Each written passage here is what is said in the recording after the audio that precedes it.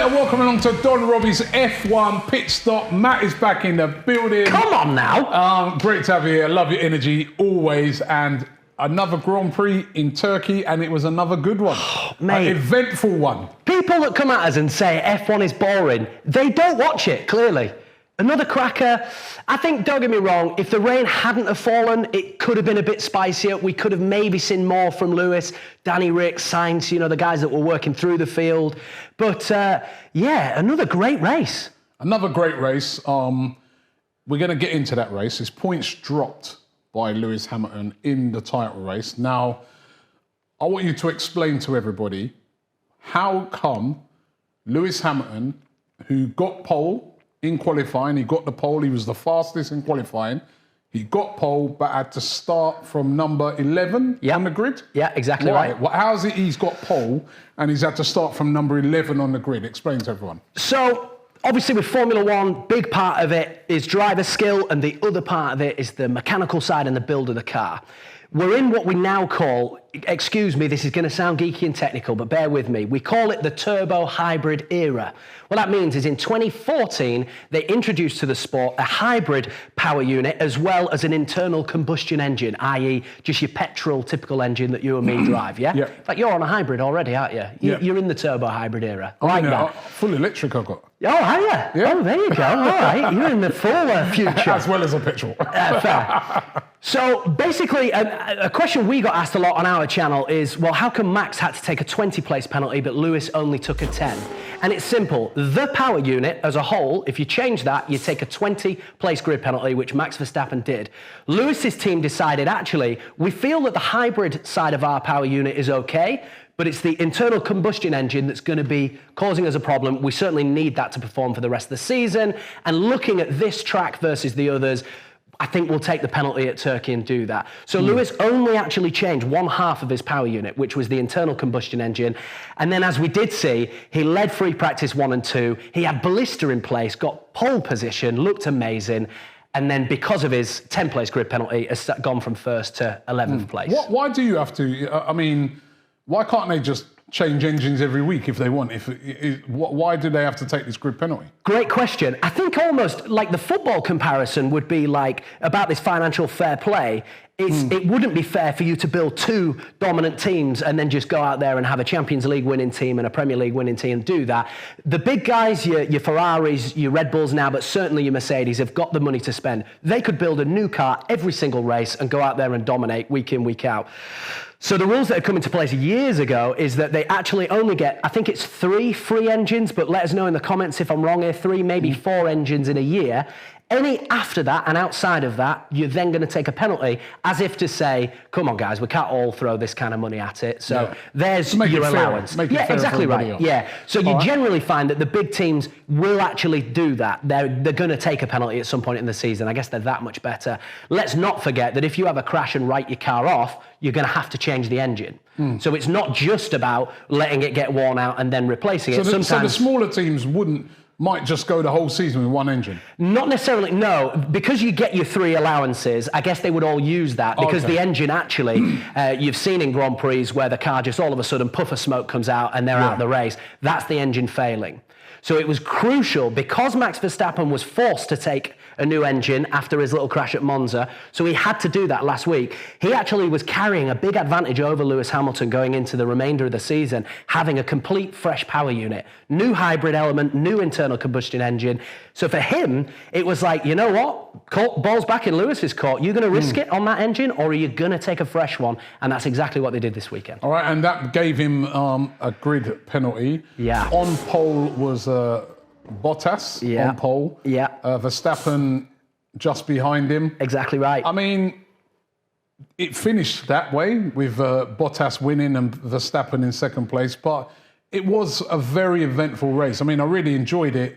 And a lot of it was to do with Lewis Hamilton, obviously coming up through from 11th place, coming right up. Rain was falling as well, which made it dramatic. But Lewis Hamilton seemed to be doing all right. And then, Mercedes looked like they got their strategy wrong. I mean, talk us through the race. Totally. So Definitely, so far you're bang on. Lewis Hamilton activated GOAT mode like only he can, and from 11th place, really cut through everyone like a hot knife through butter. A terrible phrase, but that's what was going on. It was really when it came down to the pit stop strategy. Now, we need to explain to people here, when it comes to pit stops, yeah, the rules in a Grand Prix race, everybody has to stop at least once, and everybody has to use at least 2 different tyre compounds. So if you start on a soft, you've got to use a medium on a hard, and so on. That is all negated if it's a completely wet race. So actually what happened is everyone started on the green intermediate tyre and are under no obligation to stop if they don't wish to do. So what we did see is Max Verstappen initiating the stop for the leading packs and coming in and saying, right, fresh intermediates for me, I'm going to go back out. Bottas had to come in and cover that and did exactly that. And then Charles Leclerc of the Ferrari takes the lead of the Grand Prix, and at that time they were saying, do you know what? I think we can make it all the way here and make it difficult for these boys. Let's stay out, let's not do a stop, let's see what happens. He lost pace in the end, and Bottas eventually overtook him. Max was coming up close, and I think they thought, you know what, actually, let's just try and protect as high a position we can. And they decided to pit Charles Leclerc. And for me, if it was the right thing to do the pit stop, they should have done that earlier. It was almost no good leaving him out to dry. And that's what happened with Lewis Hamilton as well. So they put a call on the radio to say, Lewis, it's wet, it's time to come in, your tyres are degraded. And I mean, to your point, what was Lewis's response to that? But Lewis was angry because he had been saying to them that, you know what, they asked him before and they said, how are you doing your tyres? And he goes, you know what, it's a bit tricky, but I'm doing all right. I'm cool with these tyres, right? Exactly. And then when they pulled him in, he was very surprised about that. And then when he came back out now, and I want you to explain this to everybody because he's got to, again, warm up the new tyres. Yeah. Then he didn't have to pace no more. He couldn't, he lost position because he looked like he might finish 3rd. Yeah. Ended up finishing 6th. And he was livid. He was saying to the team, I told you lot, don't bring me in. Why'd you bring me in? I mean, I've never seen him that angry. He was really angry. He was on the radio. He was slacking off the team in a way. Yeah. Well, not exactly slagging him off, but you could tell. He was frustrated, read for between sure. the lines, he was livid. Totally. I think Lewis is going to have to carry some blame this weekend, which people just feel like I'm just sucking on his dick morning, noon and night. So they're thinking, oh my God, he said something anti-Lewis for once. Lewis came through, and when the team said, now's the time to pit, Lewis said, no, not the right thing, I'm not pitting. Now that's difficult, because at the moment there, you've got hundreds of people literally back at the factory, there's 10, 15 people in the pit wall, they've done the calculations, they've looked at everything and said, now's the time to pit, we're going to cut our losses, we're going to try and lock in 3rd place for you with the fresh tyres. Lewis had come back and just kept saying, nah, I think it's the wrong thing. I think it's the wrong thing to do. And then, like you rightly said, he was then like, yeah, listen, I am sliding around a little bit, but I've got it under control, I'm okay. For me, that's then the turning point. Once the team have identified a window to pit, and Lewis has said, no, I'm not fucking doing it, thank you very much, I'm fine, to then leave him out there for a few more laps and then make him pit is like, no, you made your decision, now fucking live with it. You've said you're staying out, they should have kept him out, in my opinion, and let him manage it. And I think if there's one, he ain't Lando Norris. If there's one driver capable of having basically slick tyres in the wet that is worn down and making it all the way to the end of the Grand Prix without sliding off, I think Lewis Hamilton is that guy. So my opinion is Lewis kind of fucked himself by refusing to come in when they first said it, but at the point that he's then said he's not coming in, to then pit him 5 or 6 laps later did not give him enough time to turn the tyres back on and actually have a competitive car. Talk us. I want you to talk us through 2 things now. Come on. Right? We're giving everybody an education now who don't know as much about Formula One as you, which is 90% of the world. Oh, I don't know about that. Number one, about warming up. They put the new tyres on. Yeah. And he's slow after that until they said a few laps. When they're warmed up, then he'll be back to race speed. Explain that. And also, explain how they're able to drive on dry parts of the track. Yeah. Because I think that's what Lewis was complaining about as well, that he would have kept the part of the car, even though the tyres were running right down, he could have kept it on the dry part of the track and still made it to the end of the race. Explain both of those. So there is a sweet spot when it comes to temperature with tyres. A tyre that's too hot is going to degrade quickly. When we say degrade, we mean that the grip and the rubber is literally going to be peeling away from the tyre, causing the car to have less grip and be more slippery. So if it's too hot, we're going to fuck our tyres up quickly. If it's too cold, however, the tyre quite literally is not going to grip to the road and we're going to slide away. So it's important when we do any pit stop in any condition, wet, dry, you name it, that when those tyres go on, we can't throw the car around the track like we normally would because we don't quite have the grip. So what you're going to see them doing is a lot more weaving and just literally trying to use the friction between the wheel and the concrete to warm the tyre up to try and get it to the sweet spot. Is that why at the start of the race you see them... Exactly that, yeah. And in a formation lap, they're aggressively left and right. Moving, and also the tyres, they keep them in something to heat them up, don't they? They do. They're in the heat blankets, literally electric heat blankets before it goes on as a way of going, okay, freezing cold rubber like they had back in the old days. God, it'd take ages to get the heat into those fucking things. So at least they can start at a certain temperature. The only thing that changes when we talk wet weather is, like I say, it is about the sweet spot. So when you're using a wet weather tyre, there's a difference. So there's 5 types of tyres at the moment. Your 3 slick tyres, which are completely smooth, soft, medium and hard. And then you've got your 2 wet tyres. The green intermediate tyre, which is like yours and I's tyres from our cars. Yeah, you can see the grooves in the divot. And then the wet tyre, which is almost like an off-road tyre. It's thicker grooves and divots that they didn't use. So when we're running with that tyre, as the track starts to dry out from all these hot tyres, because they all take the same racing line, you then get a problem where your tyres are starting to overheat. So what you'll see the likes of Lewis Hamilton doing is using the puddles and the wet part of the track to literally dip in and dip back on the dry line to cool down his tyres. Wow. Now that is crazy. When you think of all the other things you've got to think about, you've got to risk dipping into water, which is like going to be like ice, really, to these cars. Dip it in, dip it back out, just to cool your tyres down to make them last. And that, for me, is why I did see pictures of Lewis Hamilton's tyres at the end of the race, and I don't know if you saw this. Yeah, they were dead. They were dead, and I would say... On the edge of them, they had a bit of tread, but the rest of it was all slick. And I'd say, this is probably a terrible percentage, but I'd say that they were maybe 75% slick and 25% grip. Yeah. And I feel that Lewis Hamilton could have made it. We were only talking 12 laps or so to the end of the race.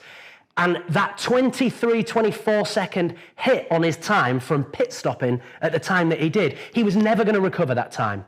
And where his team, and this is where Lewis's frustration came through, when they came through the second time after he refused to pit and said, hey, we want to cover Gasly, Lewis wasn't aware that he was running in 3rd, Gasly was running in 6th. Lewis wasn't aware that there was a Perez and a Leclerc that he was going to lose to. So he goes, yeah, okay, we're going to cover to Gasly, probably thinking Gasly's the car behind him. He comes in the pit, comes back out, and he's like, hang on a minute. Yeah, I've got 2 more fucking places here. I was on a risky 3rd place, and you ended me on a risky 5th place. And in the end, he did keep 5th, and Gasly was behind him. But Gasly almost caught him. So we could have been losing 3 places there. And that is, as you said at the start of all this, points dropped this weekend as far as I'm concerned. Points dropped. I mean, there was a really funny bit in the race, right, where, just to show you how important the tyres are, where I think it was Vettel. Yeah, it was. Right, he's running quite way down the field, and his team decided to take a risk by putting on slick tyres, which are, like you said, the ones that have got no grip on them at all. Nothing in the wet. Yeah, and he came out on those thinking that if things dry up a bit, that might give me an advantage. It didn't dry up, and he was all over the place. He's like skating around like a rally driver. Yeah, it was like he was driving on ice. Yeah, literally. He did 1 lap, and then he had to come back in, didn't he, and change. And talk about really seeing the difference between what the tyres can do. Massive difference. We saw last time out Lando Norris driving on a slick tyre. Everybody came in. He decided to risk it, stay out, and then he's skating all over the place, and he can't quite do it. We saw the exact opposite this time. Yeah, bringing him in and thinking, okay, you're going to be the guinea pig. And even just trying to go back in the pit lane, he could barely keep the car together. It was unbelievable. But points dropped for Lewis Hamilton now, with Verstappen finishing in 2nd. Yeah. Do you feel, just a quick question for you, do you feel it's points dropped for Max as well, that he didn't win the race? Because there's an argument that said, listen, Mercedes were just the stronger car this weekend. And there's a truth to that. I think Verstappen will be happy with that because, remember in qualifying, it was Hamilton and Bottas. Yeah. They would have had, under normal circumstances, they would have had a 1-2, he would have probably finished 3rd. Totally. So to finish 2nd place, and I think if Hamilton would have finished in 3rd, which he could possibly have done just behind, then Verstappen would have been... Yeah. It would have been a bad weekend. Because you were talking a 1 point. 1 point. Instead but of now 6. it's that amount of points. I mean, it's still not a load of points. Yeah. but it's still enough points to in a tight season. Totally. With 6 races left to win you it. I think Verstappen will be very happy with what went on. And I have to agree, and I tell you something, because I get the stick from the Max fans, and I totally understand that. Yeah, they know you're anti-Maxer. Yeah, anti-Maxer, I like that. That is great. Come on. I'm an anti-Maxer. The science is there for me, Robbie. I've looked at the science, and I just think, no, he's not the one. No, you know something, though? It was a really boring weekend from Max Verstappen's point of view, and that's exactly what a champion does. Yeah. That's what Lewis has done for years now, just put in a boring performance, got the points that he needed to get, and then he goes, you know what, we'll take this on to the next race. So next race is in America. It is. We're in Austin, Texas. And now the pressure is on Lewis Hamilton to win that race. He normally does all right over there. Yeah. But if he could win the race and maybe fastest lap as well to up his points a bit. Yeah. That gets him, I mean... If he wins the race with a fastest lap, and let's presume that Max comes second, Lewis would carry a 2-point lead going into South America. And let me tell you, as we hit South America, Lewis is going to need all the points he gets before there, because I think everything is pointing towards Red Bull having a really strong time in South America. Why? The tracks typically over there are going to be a little bit more in favour of the Red Bull car and the way it's built and set up, in the same way that Abu Dhabi is going to be an absolute Mercedes track, and we know that at the end of this season. Why? Yeah. What's a Mercedes track and what's a Red Bull track? So it really just comes down to, you can't have almost the overall quick car. There are elements of the different teams' cars that are just better than others. The Mercedes corners at speed brilliantly. So a track that's got a lot of tight corners and almost those sort of slower bits going on is going to do well for the Mercedes. I feel like the Red Bull's got good straight line speed at the moment, but that actually has kind of been debunked a little bit with some of the races that we've seen. Certainly the pace at Turkey showed us that the Mercedes straight line speed's there. But let's just look at, and I know we wanted to get onto this, the incident between Lewis and Perez, and it's a good indication of what's going on with the car. I'll say some things that's going to trigger a lot of you in a minute. But at the end of that Lewis nearly ran him off the track. Yes, and at the end of that fantastic altercation that went on for 3 or 4 corners, what we saw is Perez coming illegally off the track through the fucking pit lane, absolutely bang out of order. But we saw the Mercedes pull away on the straight, but by the end of the straight, in came the Red Bull and managed to get the job done on that corner there. So I just think they are really close neck and neck, and a lot of people disagreed with us last time. I said, you know what? I think the Red Bull is the slightly better car this year, and we had a whole bunch of people agreeing, and we had a few people saying it's definitely still the Mercedes, so it is close. But all of the signs at the moment are pointing to Mexico. There's a bit of a curse for Lewis there. He doesn't seem to do very well in Mexico, you know, typically over the last few years. I think Max is going to have a good time in South America. You are very disrespectful, you know that? I know that. You've not mentioned the winner of the race once. The winner was Bottas. Right? We spoke about Max, we spoke about Lewis Hamilton, even Perez. You're right. What about Valtteri Bottas? Okay. He won the race. You want the headline, though. Here's the headline. Valtteri Bottas, congratulations on your last ever victory in Formula One. It's his first since Russia 2020, and I'm telling you now, Robbie, it's his last. Because it means too much to Max and Lewis now. Toto will be on the radio if Bottas is in the lead with Lewis behind and saying, hey, fucking pull over and let Lewis pass. It's for a championship. So, and then he's going to Alfa Romeo, where we know he'll be lucky to get a point, never mind a podium next year. So, yeah, fair play, Valtteri. Good to see him go now. He drove a very accomplished race, didn't he? He did exactly what he needed to do, and Mercedes needed him to do. He kept Max behind him at the start of the race, and that was a little bit of a concern, I think, certainly for Lewis fans, is if he lets him by, Max is going to run away with this. But no, he kept building a little lead. Really mature race from him. No complaints. He wouldn't have won it if Lewis hadn't have had the penalty. No, he wouldn't have won. He couldn't out-qualify him. No, who would have got driver of the day for you? Who do you give that to? Well, Sebastian Vettel's in with a shout for doing a whole lap without crashing on slicks. Great job from him. Listen, I think Bottas did do a really good job, and you have to give credit where credit's due, but we haven't talked about Carlos Sainz yet. Coming from 19th place, he finished in 8th place. Yeah. And one thing I have to point out, another terrible pit stop from Ferrari, 8-second pit stop, and without that on the timing screens, he actually finishes above Gasly in 6th, one behind Lewis Hamilton from 19th place. Amazing drive from him. Yeah. I mean, he's going to be up there for a nomination, isn't he? Yeah, I want to ask you one, before we go, right, I've got to ask you this one thing, because I was reading about this the other day, where they're saying that some of the Formula One teams, well, not some of them, they're looking at this thing called sustainable fuel. Yeah, right. Now, because of the sustainable fuel thing, a lot of other teams that are not in Formula One at the moment, like Audi, I think Porsche, sort of the Volkswagen group, they're getting interested in coming into Formula One because of this sustainable fuel that they're thinking of turning to. What is sustainable fuel? What is it? They can use it again? What does it mean? Do you know something? They're not releasing enough about it for me. And there'll be some people out there who've already got and they've pieced together different things that they've found. At the moment, we don't know. What we do know is it's not electric. So everybody's cheering at home right now going, thank fuck.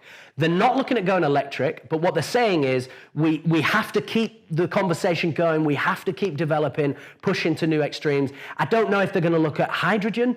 That was rumoured years ago that they've got to find a way of maybe replacing typical petrol and maybe hydrogen's going to be the way.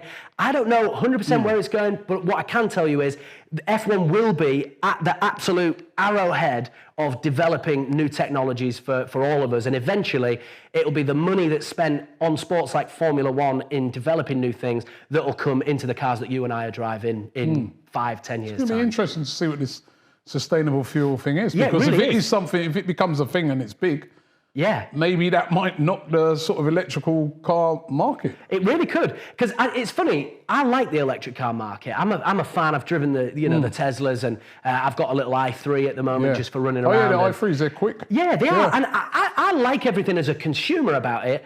But when it comes to motorsport, Formula E is not the one. And I've tried, Robbie.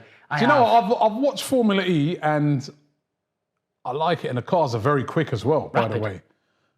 But the noise, where's that noise, man? I want to hear that noise. It's missing the drama, and to be honest, even the circuits, it looks like a polystyrene racetrack around a city. You know, they're not on a big racetrack. It's like you're running scale electrics, isn't it? Yeah, sometimes? exactly. I don't know, maybe I need to go to one to really find out what is it. But I don't know, I just think with Formula One, it's that noise of the car.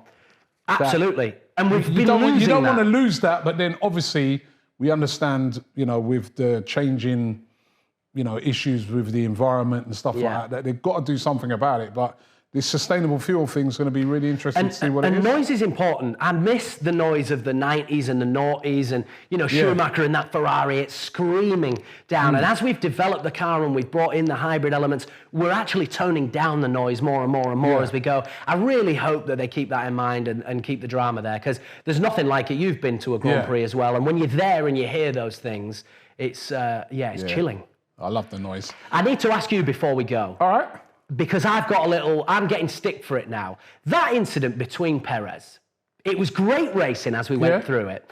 For me, what I saw is Perez being, we can use trigger words like pushed off the track by Lewis and pushed into the pit lane, and he's used the pit lane. And for me, I don't know how the FIA haven't seen that he has gained an advantage by going off the track, and albeit behind Lewis, he's getting a toe from Lewis all the way down and then taking Lewis at the end of that straight. So I went as far yesterday as to say Checo cheats Lewis out of third. Now, I'm getting stick for that, and maybe I'm wrong. What's your feeling with it? Did you have a similar...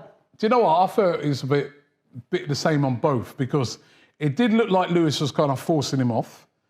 But then, actually, he's not forcing him off. He's just holding his line, isn't it? And totally. It's a race of chicken. Totally. And for me... And, Perez has come off, but... And he had to come off. Yeah. So I'm not mad that he used the pit lane. Because he had to come off, and then, because he's kind of been forced off, I think it would have been too harsh to then give him a penalty. And That's just my view on it. I certainly didn't want to see a 5-second penalty or, anything like that. I guess for me, if he'd have taken him a corner after he did, then it's fair play and it's racing again. But to immediately gain the advantage, I was expecting it, and we were doing our live watch along, and I was saying to my mate Lee, listen, they are going to come on the radio and tell him to give the place back. You just watch. And by the end, I was there going, well, maybe I'm just a dickhead and I'm seeing it all wrong. So I wanted to know your thoughts and whether you thought it was... I think probably the outcome was fair. You think they got it right? Yeah, I think, because Lewis was a bit...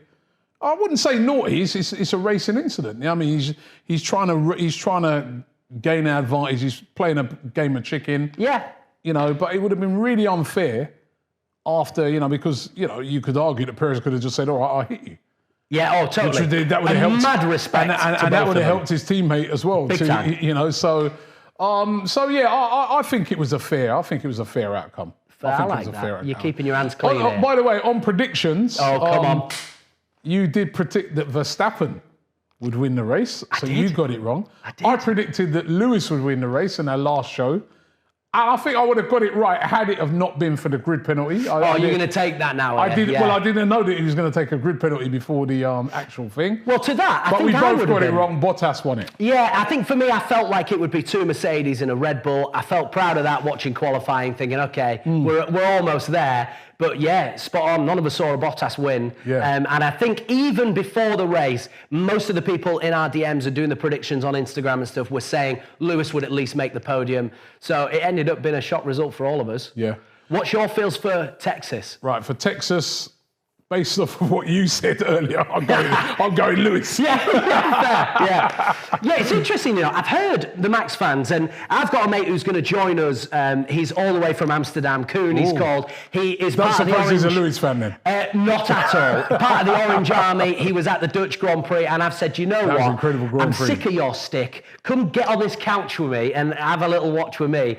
So he tells me that he fancies Max for this race, and he's saying that this actually, the Austin track is going to favour him. And when I went back to him and pulled up the history and said, Max has never won there, Red Bull have never won there, Mercedes have won there, Ferrari have won there with Kimi Räikkönen, but I think this is going to be all about Lewis Hamilton. He went, oh, okay, shit. All right, maybe you're right then. So I feel like, you know, I'm going to say Lewis. I think if Lewis wins it and Max comes second, Lewis will carry at least a 1-point lead, if not a 2 with the fastest lap going into South America. And I honestly think he's going to need that because I can see Max winning 2 there and having a 13-point lead going into the final 3 races on Lewis. I'm going Lewis winning. Come on. Bottas second. Oh! Right, Verstappen in third, and then that makes the last races really interesting.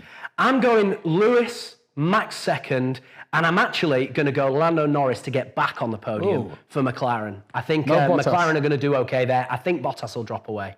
Okay, well, we'll find out on the on. next one. Matt, as usual, has been absolutely brilliant. Thanks Don't for having forget, me. you can tell them where they can check you out. You can find us at Off Circuit F1 on most of your platforms. Yeah, thanks so much for having us. Yeah, we'll have a link in the description as well to join in. The brilliant stuff. You hear his knowledge on F1. It's absolutely incredible. Thanks for watching. Don't forget to subscribe here. If you love your F1, subscribe to this channel. Matt is here after every race, right? And we're going to be joined by his big Dutch Verstappen fan on the next one as well. Yes, we are. I'm looking forward to that. He'll be giving us some stick. Yeah, I know Max that. fans, stay with us, all right? We do suck a lot of Lewis dick on this show, but we're bringing a genuine Max fan for you guys. Looking forward to it. See you on the next one. Come on.